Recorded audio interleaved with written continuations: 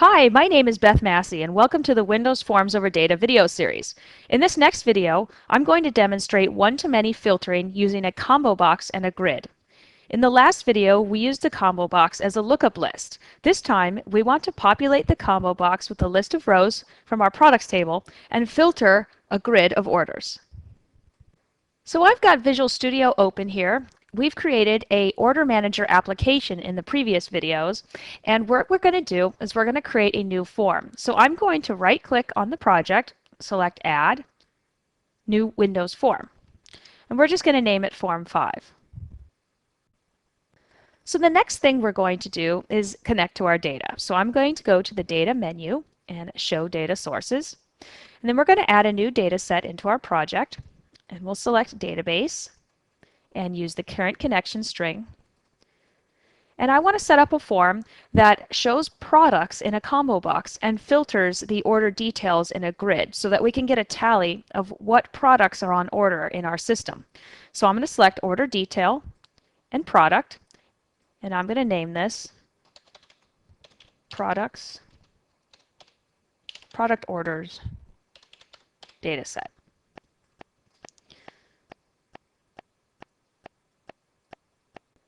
So the next thing I'm going to do is we're going to go into our toolbox, and I am going to drop a combo box onto our form.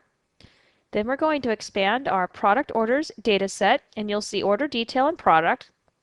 Take a look at the product. We'll see the order detail related underneath the product. So this is what we want to work with here. Drag the product onto the combo box, and this will set up the binding source in the component tray, as well as set up our data binding mode properly on our combo box just for us. Then I'm going to take the description too and drag this over. Our description is multi-line, so we can expand this and select multi-line.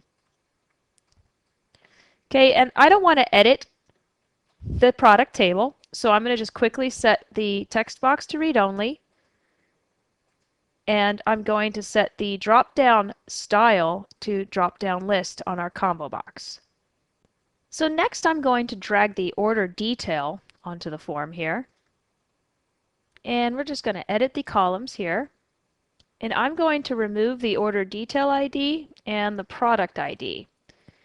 And then on our price, I want to display that as a currency format. So I'm going to go to the default cell style. Then I'm going to select the format in this cell style builder as currency.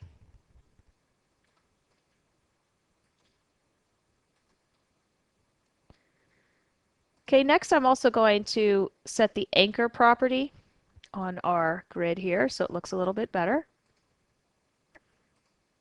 And we'll adjust the form. So the very last thing we need to do is we need to add some code so that when I select this row in the combo box, the position in the products binding source changes, and that will give us the automatic filtering in the related order detail. So I'm going to double click on the combo box, and this will add our selected index changed handler. And I'm just going to select the product binding source's position and set that equal to the combo box's selected index. Okay, let's give this a test. Hit F5. And you'll see that as I scroll through the products here, select one, the orders below filters.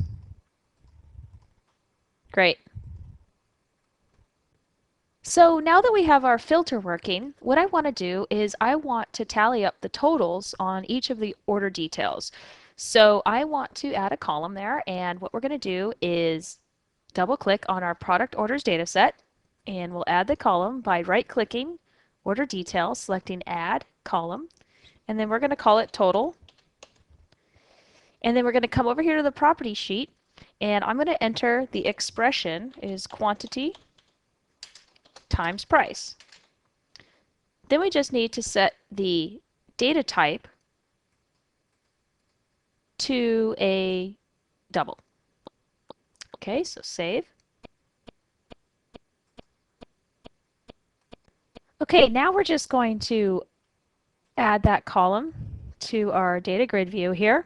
We'll just click add total. And we'll make it a read-only field. And we're also going to change the format here so that it shows as currency.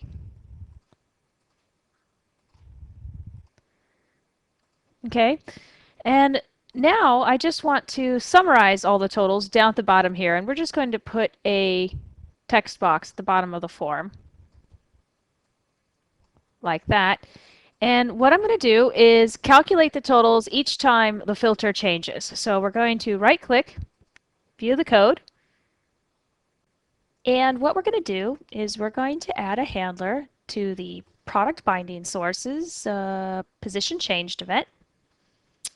And we're also going to hook this to the product binding sources current changed event. So anytime a row changes or the position changes, we want to run this code.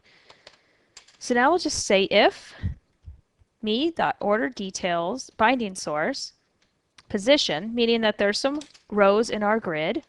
Okay, if it's greater than -1, we're going to run this code. Otherwise, we're just going to set the text box text equal to the empty string. Okay, so I'm just going to dim up a total variable here. And then we're just going to say for each row as data row view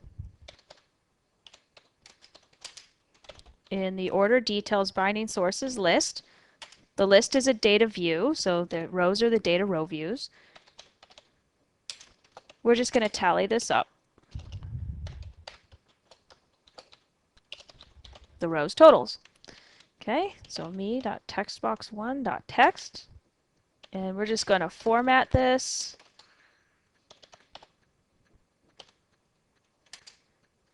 as a currency. And then we're going to hit F5.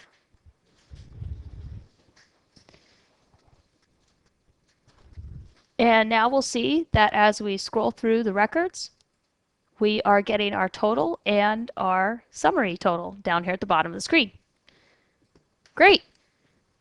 So what we did was we set up a combo box as the one-to-many filter on our grid. We also added an expression-based column and calculated the summary of that total down at the bottom of our screen.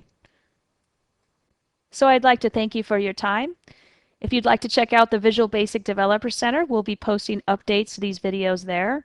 Please also check out the Visual Basic team blog and my blog for more information. Thanks again.